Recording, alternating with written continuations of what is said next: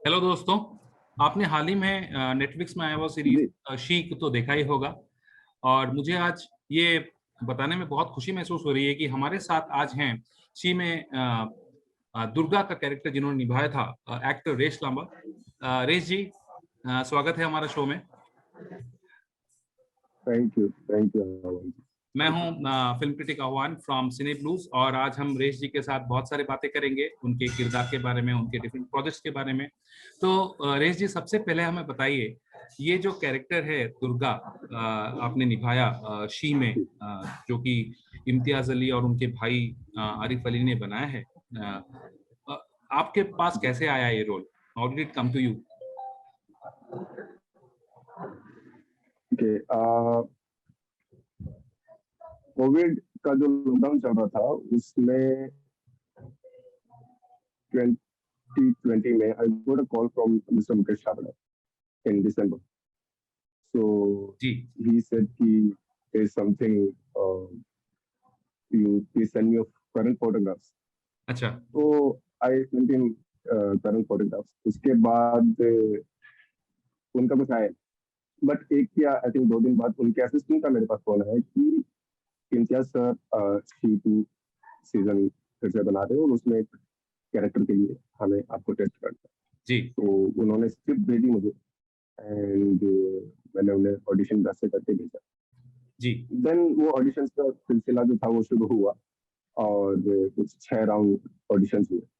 And then I got a call from the same casting person assistant जी। From Mukesh Chhabra casting company.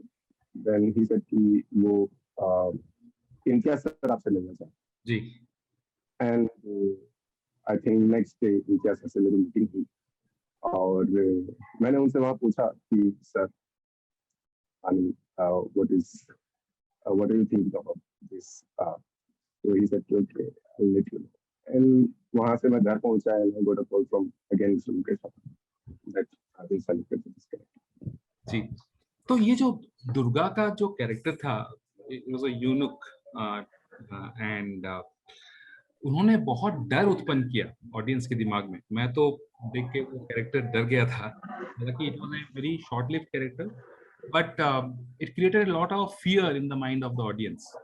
और वो डर जो शी में जो मुख्य भूमिका अदिति की का था, उनके चेहरे पे भी दिख रहा था। जी। तो आपने इस रोल के लिए कैसे प्रिपेयर किया? Because it's such a difficult role to prepare for. It's not an ordinary role, कोई यूजुअल कैरेक्टर नहीं है ये। It is a complex character of a eunuch. तो कैसे आपने अपने आप को? Right right. देखिए मुझे जो कुछ गाइडलाइंस थी फ्रॉम इम्तियाज सर एंड उन गाइडलाइंस के हिसाब से दुर्गा उनके कैरेक्टर जो पूरी तरह से she is like we can call her she, right. जब वो ही और शी के बीच में ना आके वो शी की तरफ ज्यादा एक उसका झुकाव ज्यादा औरत है। जी। और जो भी घटनाएं उसके साथ पास में हुई है वो सारी घटनाएं डिटेल में सीरीज में आई थिंक उनका रेफरेंस है, पर डिटेल में मेरे साथ बात हुई जी। डायरेक्टर सर की, जी। इम्तियाज सर की। और उसके बाद कुछ वर्कशॉप्स हुई, इम्तियाज सर अच्छा। के साथ वर्कशॉप हुई। और मैंने घर में मैं जितने भी प्रिपरेशन कर सकता था वो प्रिपरेशन की। एंड तो इस हिसाब से वो कैरेक्टर बनता चला गया। पर जब शूट पे गए तो वो एक एक एक नया एक कुछ वो कैरेक्टर निकल के आया जो जो शायद, तो वहां से वो कैरेक्टर निकल के आया। प्लस जो गैप था वर्कशॉप और शूट और इसके बीच में, तो वर्कशॉप जब हो रही थी तो वहां पे मेरे साथ 2 रियल यूनिट्स थे। जी। तो उनके साथ मैं कांस्टेंट फोन पे टच में था, उन्होंने बहुत हेल्प की। और फिर घर में बीवी के ड्रेसेस पहन पहन के जो रिहर्सल्स वगैरह की है वो उनका अपना एक योगदान, वो चाल बीवी से वो इनपुट लेना कि यार फीमेल हेड जेस्चर्स कैसे होंगे, जी। मूवमेंट्स कैसे होंगे, कितना सॉफ्टनेस रहेगा, कितना चीजें रहेगा। तो everyone around around me help me a lot like building this. Fantastic. आपने शी से पहले बहुत सारे फिल्मों में भी काम किया है, राइट? जैसे आपने अ, इमरान हाशमी के साथ वो मूवी था दी बुक, राइट? देखो, spelling it pronouncing it correctly, उसमें काम किया। फिर आपने अ, राजकुमार राव के साथ सिटी लाइट्स में काम किया था, एंड फिर बेल बॉटम राइट, के साथ काम किया था। तो बहुत सारे अच्छे प्रोजेक्ट्स में आपने काम किया है, और फिर आप you have taken the OTT route. तो कोई एक डिफरेंस आपको नजर आता है from films compare to OTT? Difference between films and OTT between की बात कर रहे हैं? Your work as an actor, आप एक कलाकार के हिसाब से। नहीं, नहीं, मुझे मुझे सच में नहीं लगता कि फिल्म्स में जब मैं करता था काम, बेल बॉटम या सिटी लाइट्स या ठाकरे, जी या फिर अभी जब वेब सीरीज में काम कर रहा हूँ, मेरा प्रोसेस एज एन एक्टर वही रहता है जो एक कैरेक्टर को लेकर मेरा प्रोसेस होना चाहिए। जी हाँ, ये टेक्निकल मीडियम्स है जिनमें डायरेक्टर और प्रोड्यूसर्स दे डिसाइड कि उनको फिल्म को या वेब सीरीज को किस दिशा में लेके जाना है। मेरा काम है जो मुझे कैरेक्टर सौंपा गया है उसे मैं ईमानदारी से निभाऊं, और जी मैं कोशिश करता हूँ कि डायरेक्टर से पहले राइटर के थॉट तक पहुंचने की कोशिश करूँ कि राइटर ने किस थॉट प्रोसेस से जाकर वो इस किरदार को लिखा जी होगा, और उसके बाद डायरेक्टर के साथ बात होके डिसएग्रीमेंट्स होके हम एक नतीजे पर पहुंचते हैं, और वो क्रिएट परफॉर्मेंस में। जी, बहुत अच्छा। एंड आपने इतने सारे अच्छे कलाकारों के साथ जो काम किया है, सब कोई ऐसा एक कलाकार है जिसका प्रभाव आपकी जिंदगी में बहुत ज्यादा रहा?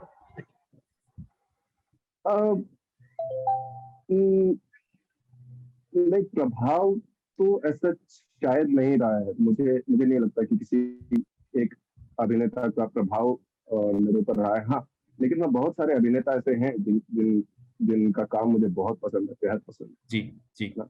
उनके काम को देखकर जो प्रेरणा मिलती है, उससे वो उतनी मेहनत करने का मन करता है कि हाँ जी। यार, इतनी मेहनत करके इस स्तर को पाया जा सकता है।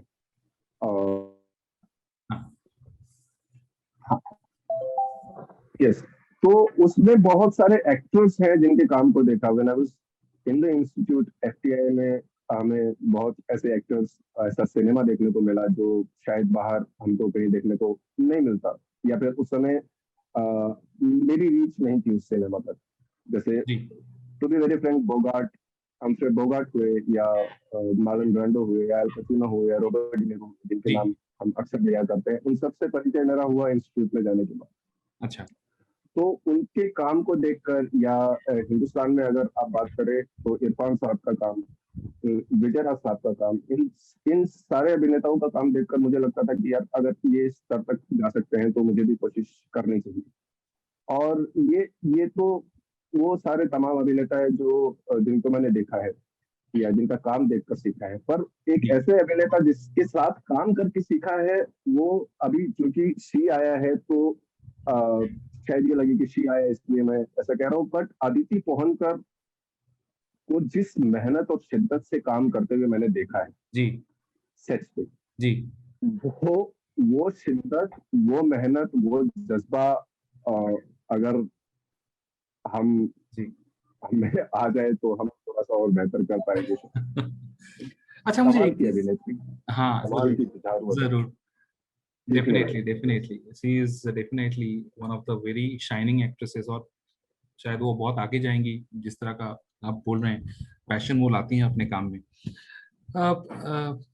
रेश जी, मुझे एक चीज बताइए आप, ये एक बहुत ही एक डिफिकल्ट कैरेक्टर था। मैं अगर उसको एसेस करूं तो दुर्गा का कैरेक्टर, हमें हमने ये भी सुना है कि बहुत सारे एक्टर्स जो होते हैं, कोई कॉम्प्लेक्स कैरेक्टर जब निकाल करते हैं, देन दे उसको अनलर्न करने के लिए उनको थोड़ा टाइम लग जाता है। मतलब they have to come out of that groove of the character. वो कैरेक्टर में इतने घुसे हुए होते हैं, उनको नॉर्मली मतलब नॉर्मल लाने में, नॉर्मल होने में थोड़ा सा वक्त लगता है। दे कम, मतलब दे गिव देम टाइम। क्या आपने वो चीज एक्सपीरियंस किया? Did that character Durga stay in you for some time? इस तरह का एक्सपीरियंस आपका रहा? नहीं, शूटिंग के बाद नहीं। अच्छा। जब शूटिंग खत्म हो गई उसके बाद शायद दुर्गा मेरे साथ नहीं रही, पर शूटिंग के दौरान दुर्गा कहीं ना कहीं मेरे साथ थी। जी जी इनफैक्ट कोई और दूसरा काम करते हुए भी, और वो सबकॉन्शियसली थी।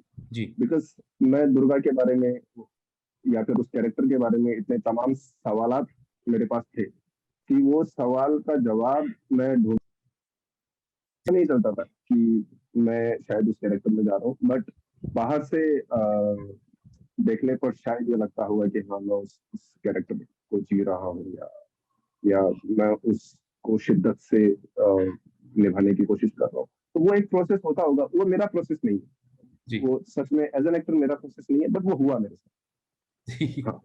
ओके।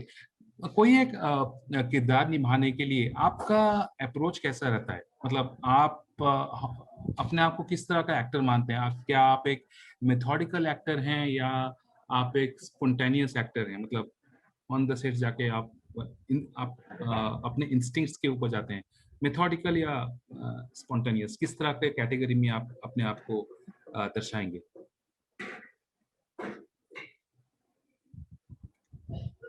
देखिए, मेरे हिसाब से स्पॉन्टेनियस स्पॉन्टेनियस एक्टर ऐसा हाँ ऐसा कुछ होता नहीं। जी right, there are different methods. Okay, एक एक रियाज होता है, एक प्रैक्टिस होती है जो जी आप सालों से करते आ रहे हैं। स्पॉन्टेनिटी का जहां तक सवाल है, वो बहुत रिस्की फैक्टर है, जी क्योंकि मैं ये कोशिश करता हूँ कि मैं अगर सेट पे जा रहा हूँ तो मैं पूरी तरह से तैयार होकर जाऊँ।